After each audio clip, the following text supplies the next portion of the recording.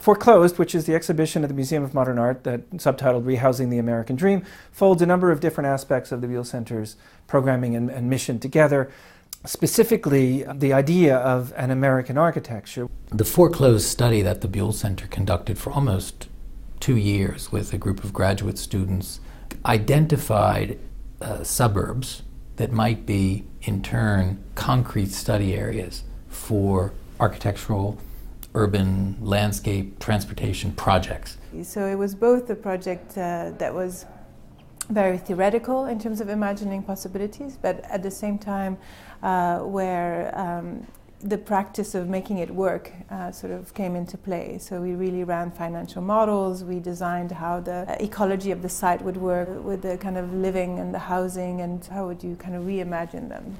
The power of architecture to make images that fire up the imagination is embodied, as we know, in models, increasingly in digital imagery and film, and in the old methods of rendering. The exhibition uses all of those techniques to create a very sort of rich sensory environment in which you visit 5 possible alternative suburbs that are still recognizable as based in real places.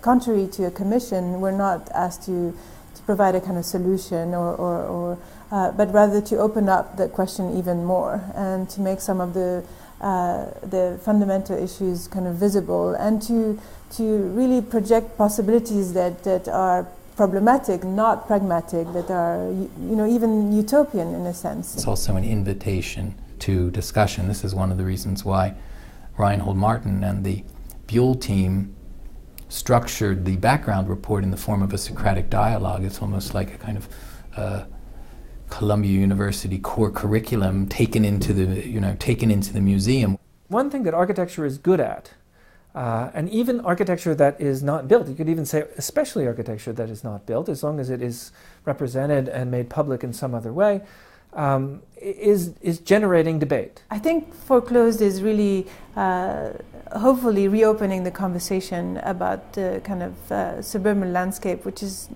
not even that American anymore. It's really been exported now, so it's a kind of global issue as well. One of the things that I don't think is very widely known, and was certainly an education for me, was to discover that now statistically many immigrants to this country arrive in suburbs. We're so conditioned to think that new immigrants to the United States arrive in cities, get wealthy, and move out. That is a pattern that is at least 30 years out of date and does not explain what's going on. This project is intended to kind of summarize by, in a way, invoking the idea of the American dream, and to explore it and unfold it and unravel it, and perhaps rewrite the story.